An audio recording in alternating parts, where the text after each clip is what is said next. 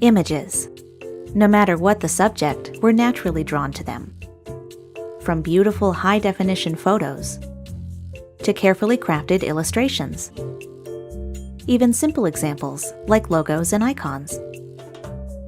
Images are more than just decoration. In design, they're the hook that draws the viewer in. Compelling visuals can help you connect with the audience and make a strong impression before they've even read a single word. You don't have to be an artist to use images in your work. All it takes is a little creativity and a willingness to think outside the box. With the right resources, you can learn to set your designs apart. First, finding high-quality images for any type of project. Maybe you're handy with a camera or have some graphic design experience. That's great. If not, don't panic. There are countless sources online that offer images for exactly this purpose. The truth is, most people, including professionals, rely on free or low-cost images called stock. Stock is perfect when you need something specific, for example, a photo of a tiny dog in a teacup, and you don't have the time or resources to make it yourself. Most stock image sites let you browse or search their offerings. Look for results that are relevant to your project, but also unique in some way. As viewers, people are naturally drawn to images that feel authentic. For example, distinct but believable photos, and graphics that tell a story. The best images are somewhat open-ended. They set the tone for your project, but leave room for interpretation.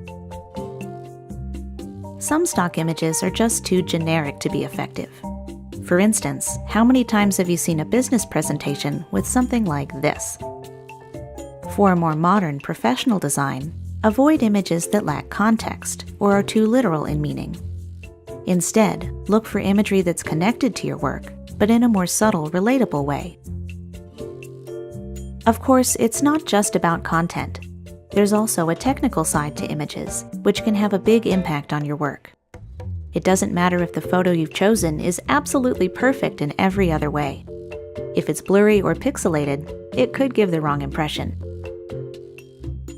Look for high-quality images that are sharp, clear, and free of distortion. In general, bigger is better because it gives you more to work with. A large, high-resolution image can always be cropped or sized down, depending on the needs of the project. Unfortunately, it doesn't work the other way around. If you enlarge a smaller image, it immediately loses quality. That's because most images are in something called raster format. They're made up of thousands, sometimes even millions, of tiny little pixels. When you view a raster image at its original size or smaller, the pixels are invisible. They're just too small to see. But if you zoom in or enlarge it, the results aren't pretty.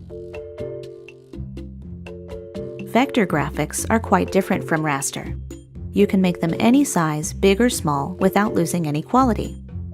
That's because they're made of something more complex than pixels. They're rendered using a special form of geometry. You're not likely to find vector graphics outside of professional design settings, but it's good to know what they are.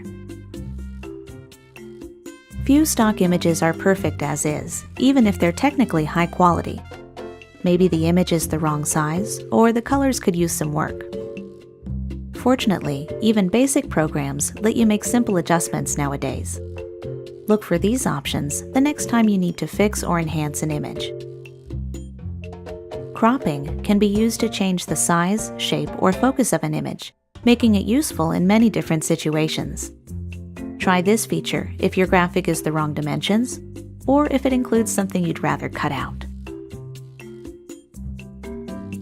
Cosmetic adjustments let you enhance certain image qualities, like brightness, contrast, saturation, and color. If your favorite program offers filters or presets, you can change your image dramatically with very little time and effort. Resizing an image will ensure it's the perfect fit for your project.